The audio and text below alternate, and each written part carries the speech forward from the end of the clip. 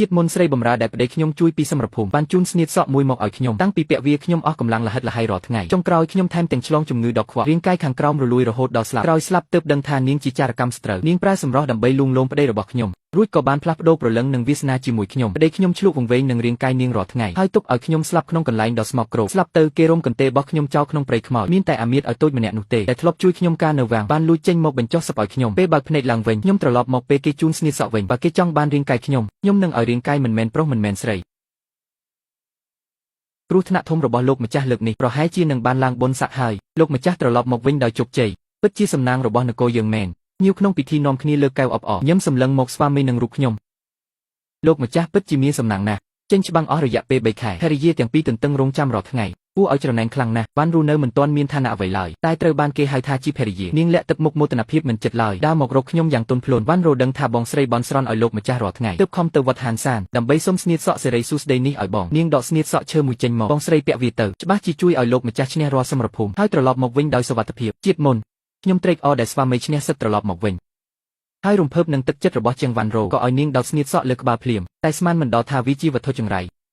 ពាក់ហើយនឹងដូររាងកាយនឹងប្រេងវាសនាគ្នាដំបូងខ្ញុំចាប់ផ្ដើមអស់កម្លាំងរាល់ថ្ងៃជឿចាប់ត្រង់កេកខ្មាស់ហើយគ្រូពេទ្យជាច្រើនក៏មើលមិនដឹងរោគឯជាងវ៉ាន់រ៉ូបែរជាស្រស់ស្រាយខុសប្លែករួមរកជាមួយស្វាមីខ្ញុំរាល់យប់លុះខ្ញុំដឹងខ្លួនពីសន្លប់ផ្នែកខាងក្រោមរលួយអស់ទៅហើយធំក្លិនស្អុយពេញខ្លួនវ៉ាន់រ៉ូឈោគទប់ច្រមុះក្បែរក្រែខ្ញុំនាងអបស្វាមីខ្ញុំដូចសត្វពស់អូហូប្រហែលលោកស្រីមានប្រុសខាងក្រៅច្រើនពេកទើបឆ្លងរោគស្មោកគ្រោកបែបនេះស៊ីចិនប្រែទឹកមុខរួចបញ្ជាឲ្យគេមកយកស្រីថោកទាបនេះទៅឃុំក្នុងរោងអស់ហាមអ្នកណាឲ្យបាយទឹកនាងដាច់ខាតវាសម្លាប់នឹងឈើខ្ញុំព្យាយាមក្រោកដើម្បីពន្យល់តែនិយាយអ្វីមិនចេញសោះបានត្រឹមមើលដើរចេញ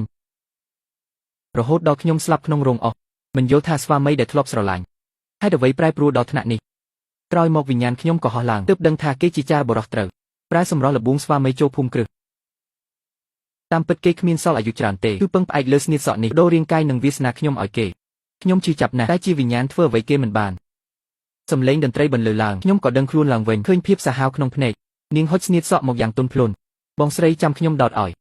ខ្ញុំគេចចេញធ្វើឲ្យនាងភ្ញាក់ផ្អើលទឹកភ្នែកនាងក៏ហូរមកភ្លាមបងស្រីមិនចូលចិត្តការដុសខ្ញុំទេអីនេះគឺជាអ្វីដែលខ្ញុំលើកជង្គង់បួងសួងអស់49ថ្ងៃដើម្បីនាំលាភជ័យដល់បងនិងលោកម្ចាស់ខ្ញុំដឹងថាបងមើលងាយប្រភពខ្ញុំ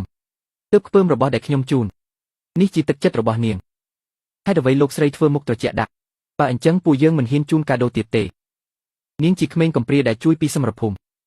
នាងពិតជាមានចិត្តល្អណាស់ធ្វើឲ្យលោកស្រីមើលទៅហាក់ដូចជាកំណាញ់ខ្ញុំបានត្រឹមតែបង្ខំញឹមទឹកចិត្តនឹងកាដូខ្ញុំទទួលយកទាំងអស់តែនៅលើក្បាលមានស្នៀតសក់ហើយមិនស្រួលដូទេវ៉ាន់រ៉ូជូតទឹកភ្នែកសម្លឹងមកខ្ញុំទាំងកំសត់លីឈីងមានចិត្តស្មោះស្ម័គ្រណាស់ស្នៀតសក់ឈើរបស់ខ្ញុំនេះទោះមិនស្មើនឹងស្នៀតត្បូងរបស់បងតែខ្ញុំលុតជង្គង់សុំមកទាំងលំបាកសង្ឃឹមថាបងស្រីនឹងសាកពាក់វាមើលទៅស្អាតខ្លាំងណាស់បើខ្ញុំមិនពាក់នាងច្បាស់ជាមិនឈប់ស្របពេលនោះឯងអាមៀតឲ្យតូចម្នាក់ដើរចូលមកអង្គររូបលោកម្ចាស់ស៊ីចិនក្រាបបង្គំទូលមកតាមបញ្ជាព្រះមហេសីអញ្ជើញលោកស្រីទៅមើលផ្កាក្នុងវាំងចិត្តរបស់ខ្ញុំស្រាប់តែញាប់ញ័រគឺជាអ្នកជួយកប់សពខ្ញុំជាតិមុនគឺសៀវស៊ុនជឺដែលជួយកប់សពខ្ញុំសៀវស៊ុនជឺសម្លឹងមកខ្ញុំដោយបារម្ភពេលខ្ញុំចង់ឆ្លៀតឱកាសចាក់ចេញវ៉ាន់រ៉ូបែរជាមកតោងទាមបងស្រីឲ្យខ្ញុំជួយដោតស្នៀតសក់សិនចាំទៅបើពាក់ស្នៀតសក់ត្បូងនេះបើលេចធ្លោជាងព្រះមហេសីគឺមិនល្អទេនិយាយបណ្ដានាងបំរុងសុកស្នៀតសក់ឲ្យខ្ញុំបណ្ដាស្របពេលនោះឯងកញ្ញាម្នាក់នេះមើលទៅសាំភ្នែកណាស់ឆ្នាំមុនក្នុងចំណោមអ្នករំភាគខាងជើងមាននាងដែរទេចៅវ៉ាន់រ៉ូលហើយក៏ស្រឡាំងកាំងរួចក៏បង្ខំញឹមលោកកងច្រឡំមនុស្សហើយខ្ញុំជាក្មេងកំព្រាដែលលោកម្ចាស់ជួយសង្គ្រោះខ្ញុំមិនចេះរំទេសៀវស៊ុនជឺមិននិយាយអ្វីទៀតឡើយខ្ញុំឆ្លៀតឱកាសថាបើព្រះមហេសីហៅចូលគាល់ខ្ញុំនឹងតាមលោកកងចូលវាំងឥឡូវនេះចាំខ្ញុំមកវិញចាំសុកស្នៀតសក់ក៏មិនយឺតដែរខ្ញុំបំរុងនឹងដើរចេញតែវ៉ាន់រ៉ូបែរជាមកចាប់ដៃឲ្យខ្ញុំជាប់បងស្រីចង់គេចពីវ៉ាន់រ៉ូមែនទេគ្រាន់តែសុកស្នៀតសក់មួយផ្លែតសោះមិនខាត់ពេលទេស្រាប់តែនាងផ្អៀងខ្លួនរួចបុកសៀវស៊ុនជឺពេញទំហឹងអ្នកឯងបំរើថោកទាបហ៊ានប៉ះពាល់ខ្លួនប្រានខ្ញុំផងនាងខ្ទប់ចង្កេះយំស្រក់ទឹកភ្នែកតប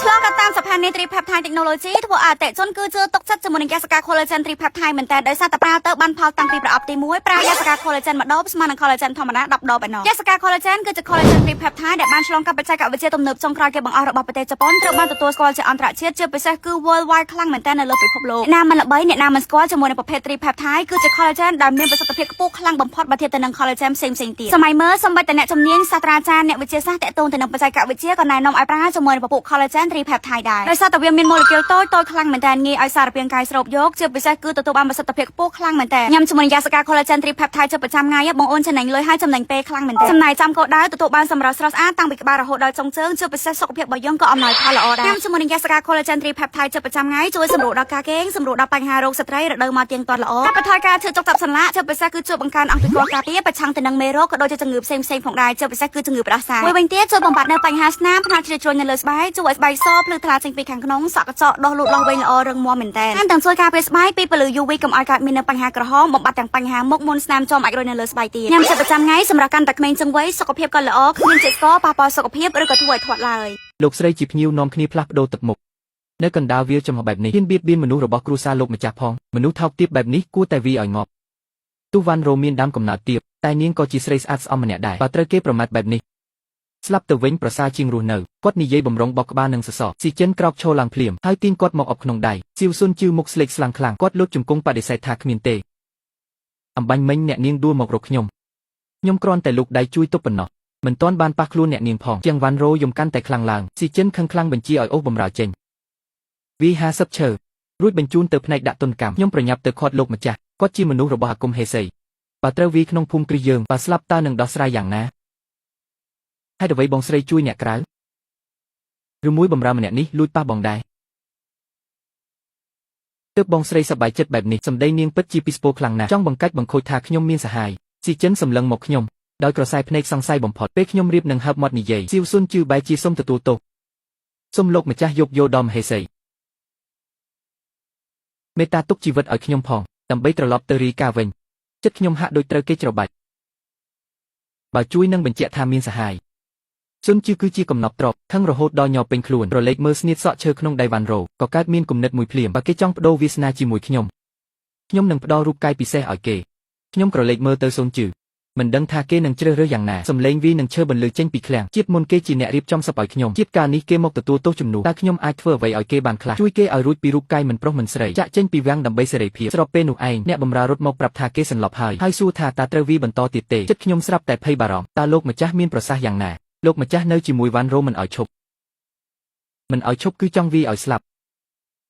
វ៉ាន់រ៉ូចង់សម្លាប់បំបិតមាត់ស៊ុនជឿខ្ញុំប្រញាប់រត់ទៅឯឃ្លាំងឈើតែត្រូវបានវ៉ាន់រ៉ូហៅឃាត់នាងលេចមុខនៅចុងច្រកកបៀងបើសិនជាបងស្រីទៅទីនោះសម្ដីមិញនេះនឹងคล้ายជាការពិតខ្ញុំខឹងរហូតដល់សាច់ចេញមកអូនស្រីនិយាយត្រូវហើយជីវិតអាមហាតម្នាក់នោះតើវាពាក់ព័ន្ធអ្វីនឹងខ្ញុំក្រឡេកមើលស្នៀតសក់ក្នុងដៃនាងស្នៀតសក់ក្នុងដៃប្អូនស្រី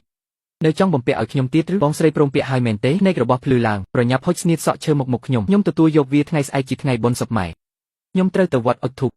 បើប្អូនស្រីមានចិត្តស្មោះមែនថ្ងៃស្អែកទៅវត្តជាមួយបងនៅចំពោះមុខព្រះពុទ្ធបំពាក់ស្នៀតសក់នេះឲ្យបងដោយផ្ទាល់ភ្នែកបង្ហាញការសង្ស័យបន្តិចតែត្រូវជំនួសដោយភាពអំនួតវិញនាងប្រហែលគិតថាខ្ញុំខ្លាចគេនិយាយដើមចង់រកលេសដើម្បីចោះសម្រងអីចឹងស្អែកនឹងទៅជាមួយបងនាងសើចដូចពេលសម្រេចបំណងការពីជាតិមុនខ្ញុំមកក្បាលងាកក្រោយដើរចេញបងមិនទៅបន្ទប់អស់ទេត្រូវបានគេវីសន្លប់ខ្ញុំទៅក៏ជួយគេមិនបានដែរការអង្វរមានតែជួយបញ្ជាក់ការសង្ស័យថាខ្ញុំមានទំនាក់ទំនងលួចលាក់ជាមួយគេវាត្រូវនឹងបំណងរបស់តែម្ដងតែខ្ញុំមានវិធីផ្សេងដើម្បីតបស្នងខ្ញុំក៏សរសេរសម្បត្តិមួយច្បាប់ភ្លាមព្រះមហេសីទ្រង់ប្រហែលមិនខ្វល់ពីជីវិតអាមាត្យឲ្យតូចម្នាក់ទេប៉ុន្តែគាត់ខ្វល់ពីមុខមាត់ខ្លួនឯងមនុស្សរបស់គាត់ត្រូវគេវីគាត់ត្រូវតែសួរនាំពេលមកដល់វត្តខ្ញុំបានអុជធូបហើយក៏បានប្រគេនបច្ច័យដើរតាមពីក្រោយខ្ញុំនាងចង់និយាយរឿងកូនសក់ជាច្រើនដងតែខ្ញុំតែងតែបង្វែរដានជានិច្ចខ្ញុំថាមិនបាច់ប្រញាប់ទេកំរបានមកលេងម្ដងមកកំដរខ្ញុំដើរលេងនៅខាងក្រោយអត់ធ្មត់ដើរជាមួយខ្ញុំមួយសន្ទុះចុងក្រោយនាងទ្រាំលេងបានបងស្រីនៅទីនេះគ្មានអ្វីមើលទេឲ្យខ្ញុំដុតកូនសក់ឲ្យបងទៅខ្ញុំមើលឃើញភាពអន្ទះសារក្នុងភ្នែកនាងខ្ញុំញឹមរួចសួរថាតើឯងប្រញាប់អីស្របពេលនោះឯងនេនតូចម្នាក់រត់មករួចពោលថាព្រះចៅអធិការមានសង្កេតការអញ្ជើញខ្ញុំក្រឡេកមើលអូនចាំទីនេះសិនខ្ញុំទៅផ្លែតនឹងមកវិញបងស្រីខ្ញុំទៅជាមួយបងដែរខ្ញុំទេដៃនាងថាលោកអញ្ជើញតែខ្ញុំម្នាក់ទេចាំខ្ញុំមកវិញចាំឲ្យឯងដុតកូនសក់ឲ្យខ្ញុំដើរចូលទៅក្នុងបន្ទប់ធម៌ក៏ឃើញកំពុងរងចាំនៅទីនោះ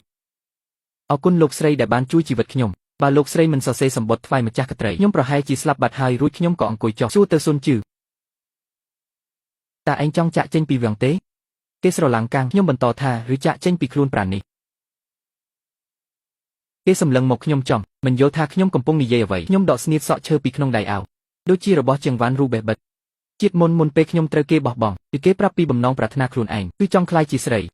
រួចចាក់ចេញពីព្រះបរមរាជវាំងរស់នៅយ៉ាងមានសេរីភាពលើវាលស្មៅ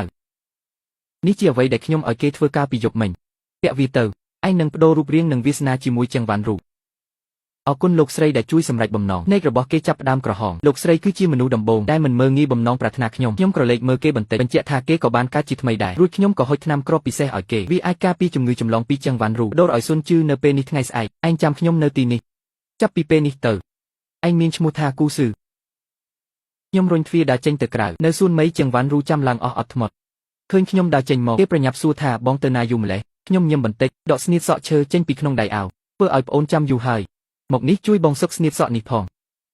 ឆ្លងតាមសភានេត្រី Peptide Technology ធ្វើឲ្យអតិថិជនគឺជឿទុកចិត្តជាមួយនឹងយาสកា Collagen 3 Peptide មែនតើដោយសារតែប្រើទៅបានផលតាំងពីប្រអប់ទី1ប្រើយาสកា Collagen ម្ដងស្មើនឹង Collagen ធម្មតា10ដបឯណោះយาสកា Collagen គឺជា Collagen 3 Peptide ដែលបានឆ្លងកាត់បច្ចេកវិទ្យាទំនើបចុងក្រោយគេបង្អស់របស់ប្រទេសជប៉ុនត្រូវបានទទួលស្គាល់ជាអន្តរជាតិជាពិសេសគឺ Worldwide ខ្លាំងមែនតើនៅលើពិភពលោកអ្នកណាមិនល្បីអ្នកណាមិនស្គាល់ជាមួយនឹងប្រភេទ 3 Peptide គឺជា Collagen ដែលមានប្រសិទ្ធភាពខ្ពស់ខ្លាំងបំផុតបើធៀបទៅនឹង Collagen ផ្សេងៗទៀតសម័យមើលសូម្បីតែអ្នកជំនាញសាស្ត្រាចារ្យអ្នកវិទ្យាសាស្ត្រតាក់ទងទៅនឹងបច្ចេកវិទ្យាក៏ណែនាំឲ្យប្រើជាមួយនឹងពពុះ Collagen 3 Peptide ដែរដោយសារតែវាមានម៉ូលេគុលតូចខ្លាំងមែនតើងាយឲ្យសារពាង្គកាយស្រូបយកជាពិសេសគឺទទួលបានប្រសិទ្ធភាពខ្ពស់ខ្លាំងមែនតើញ៉ាំជាមួយនឹងយาสកា Collagen 3 Peptide ជាប្រចាំថ្ងៃបងអូនចំណេញលុយហើយចំណេញពេលខ្លាំងមែនតើចំណាយចាំគោលដៅទទួលបានសម្រស់ស្រស់ស្អាតតាំងពីក្បាលរហូតដល់ចុងជើងជាពិសេសសុខភាពរបស់យើងក៏អំណោយផលល្អដែរញ៉ាំជាមួយនឹងយาสកា Collagen 3 Peptide ជាប្រចាំថ្ងៃជួយសម្រួលដល់ការគេងសម្រួលដល់បញ្ហារោគស្ត្រីរដូវមកទៀងទាត់ល្អកាត់បន្ថយការឈឺចុកចប់សន្លាក់ជាពិសេសគឺជួយបង្កើនអង្គភាពការពារប្រឆាំងទៅនឹងមេរោគក៏ដូចជាជំងឺផ្សេងផងដែរជាពិសេសគឺជំងឺផ្ដាសាយមួយវិញទៀតជួយបំបត្តិនៅបញ្ហាស្នាមផ្នែកជ្រៅជ្រោយនៅលើស្បែកជួយឲ្យស្បែកសភ្លឺថ្លាចេញពីខាងក្នុងសក់កញ្ចក់ដោះលូតលាស់វិញល្អរឹងមាំមែនតើតាមទាំងជួយការពារស្បែកពីពន្លឺ UV កុំឲ្យកើតមាននៅបញ្ហាក្រហមបំបត្តិទាំងបញ្ហាមុខមុនស្នាមចំអាចរយនៅលើស្បែកទៀតញ៉ាំជាប្រចាំថ្ងៃសម្រាប់កាន់តែក្មេងជាងវ័យសុខភាពក៏ល្អគ្មានជាតិស្ករប៉ះពាល់សុខភាពឬក៏ធ្វើឲ្យធាត់ឡើយ